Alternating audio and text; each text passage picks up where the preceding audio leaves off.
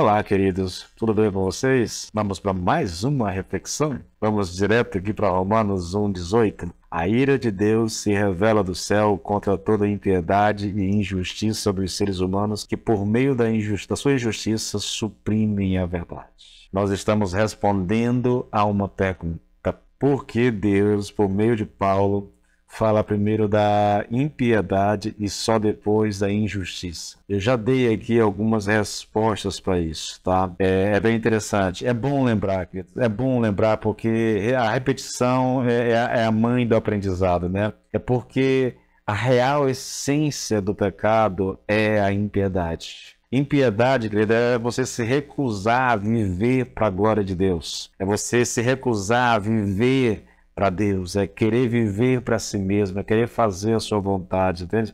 Quando é deixar Deus de lado, e quando você faz isso, você estabelece outros deuses na sua vida. Pode ser você mesmo, pode ser o teu trabalho, pode ser o teu carro, pode ser o teu celular, pode ser a tua esposa, sei lá, é tantas coisas que poderiam ser teu Deus, tá? Mas quando nós não temos, ou quando nós não estamos debaixo da autoridade do Deus Criador dos céus e da terra, você pode ter certeza absoluta que você estará adorando algum outro Deus. A segunda resposta que nós demos é que a impiedade, ela foi o primeiro pecado cometido. Chamei a atenção de vocês lá para o Éden, quando Adão e Eva comem do fruto proibido. Antes de comerem, não havia injustiça. Depois que eles pecaram, aí sim a injustiça entrou e começou a agir. As pessoas começaram a praticar a injustiça. Depois eu disse, querido, que é porque a impiedade gera a injustiça. Não pode haver injustiça sem que antes haja a impiedade. E agora, trazendo aqui o quarto motivo, tá bom? É porque essa é a única maneira de se convencer algumas pessoas dos seus pecados. Agora eu vou ler algo aqui para você. Quero que você preste muita atenção. Não há maior pecado do que você pensar que, como você é, e sem ajuda, está apto para ficar na presença de Deus. Porque significa que você não tem ideia da glória, da majestade e da santidade de Deus. E isso é, em si mesmo, um pecado gravíssimo. Significa que você tem um pequeno Deus de sua própria fabricação, que você mesmo imaginou. Um Deus que é mais ou menos parecido com você. Se você simplesmente tivesse alguma noção do Deus que se revelou na Bíblia e em Jesus Cristo, desde logo estaria cônscio da sua indignidade e da sua impureza. Essa aqui é uma citação de Lloyd Jones no comentário que ele fez de Romanos. Eu gostaria muito que você atentasse para isso, querido. Olhe, há pessoas que acham que não são pecadoras. Elas têm uma vida moralmente correta, aceitável, né? Vive bem com a família, vive bem em sociedade, e por causa disso elas acreditam que não tem pecado, que não precisa de um Salvador. Mas não há pecado maior do que esse, queridos. Veja, é bom que a gente entenda isso, né? Qual é o maior pecado que um ser humano pode cometer? Bom, se eu pegar o maior mandamento que existe na Escritura, que é amar a Deus de todo o coração, com toda a alma, de todo o entendimento, com todas as suas forças, se esse é o maior mandamento, não amar a Deus dessa forma é o maior de todos os pecados.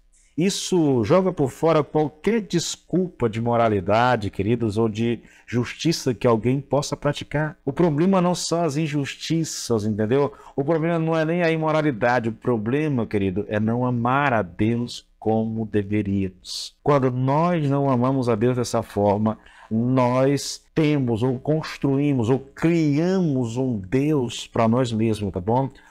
A Bíblia diz que Deus criou o homem à sua imagem e semelhança, mas o homem que não ama a Deus, ele está criando um Deus à sua imagem e à sua semelhança. E ele faz isso exatamente por não conhecer as Escrituras Sagradas. Talvez porque não acredite, talvez porque nunca quis ler, ou porque realmente não se interessa, não se importa com essa questão de Deus. Ele está vivendo a sua vida, ele está vivendo bem, acha que não precisa. Pastor Augusto Nicodemos diz uma coisa interessante, né? Todo mundo é ateu até o avião cair. É mais ou menos isso. Eu não lembro aqui a frase, mas é mais ou menos isso, entendeu? Na hora do desespero, nós nos voltamos para Deus. A nossa incredulidade, ela é muito superficial, entende? Nesse sentido. Ah, eu não creio em Deus. Não, adoece, querido. Vai para um leito de hospital e vê se você não se achega a Deus rapidinho. Deixa eu fazer aqui algumas perguntas para ti. Olha só, quantos dias já se passaram sem que você pensasse em Deus e nem ao menos lhe desse graça pelo simples fato de estar vivo? Outra pergunta, você tem buscado conhecer a vontade de Deus para a sua vida e tem se esforçado para viver de acordo com a vontade dele? Você vive cada instante da sua vida para a glória de Deus? Se não, querido, você não ama a Deus. E se não ama a Deus, você está cometendo o maior de todos os pecados. Olha, irmãos, eu acho que é por isso que Paulo usa expressões muito fortíssimas, na verdade, quando ele está concluindo esse assunto a respeito da ira de Deus. Vou te mostrar, tá bom? Está em Romanos 3, a partir do versículo 9. Olha o que Paulo diz lá. Olha, bem, então nós, os judeus, somos melhores do que os outros? Não, nada disso. Pois já mostramos que todos os homens são igualmente pecadores, quer sejam judeus ou gentios. Como afirmam as Escrituras, ninguém é justo, nenhum sequer. Ninguém jamais seguiu realmente as veredas de Deus, nem mesmo desejou verdadeiramente fazê-lo. Todos se desviaram. Todos caíram no erro. Não há ninguém que faça o bem, não há nenhum sequer, pois todos pecaram. Versículo 23. Todos fracassaram e estão afastados da glória de Deus. Eu creio que Paulo diz isso aqui, querido, por causa da não obediência ao mandamento de amar a Deus de todo o seu coração, com todo o seu entendimento, com toda a sua força, com toda a sua alma, entendeu? Sim, por outros motivos, mas acima de tudo, esse é o motivo-chave. Por isso, todos nós somos pecadores. Por isso, nós não buscamos a Deus. Por isso, nós nos afastamos de Deus. Por isso, nós vivemos uma vida distante de Deus e uma vida vivida apenas para nós mesmos. É curioso isso. Mas eu poderia citar de nome algumas pessoas que eu conheço que dizem serem cristãos, que dizem amarem a Deus, mas quando você olha para a vida delas, você percebe que elas vivem para si mesmas. Jesus Cristo diz assim, olha, você conhece uma árvore pelo fruto que ela dá. Então, o comportamento de uma pessoa, as atitudes de uma pessoa, os sonhos que ela tem, aquilo que ela planeja, as suas prioridades, aquilo que a boca fala, tudo isso reflete o que nós somos. É por isso que eu digo, eu conheço pessoas que, a despeito de estarem na igreja, a despeito de dizerem que amam a Deus, elas vivem para si mesmas. Tudo o que elas fazem, a maneira como elas gastam dinheiro, a maneira como elas gastam tempo, a maneira como elas gastam as energias, a sua força, mostra que elas estão vivendo somente para elas. Elas não vivem para Deus, elas não têm tempo para Deus. O tempo de Deus é no domingo à noite. Saiu da igreja, ela volta a viver para si mesma. Muita gente vive assim, querida. Muita gente. Muita gente que se está na igreja vive dessa forma.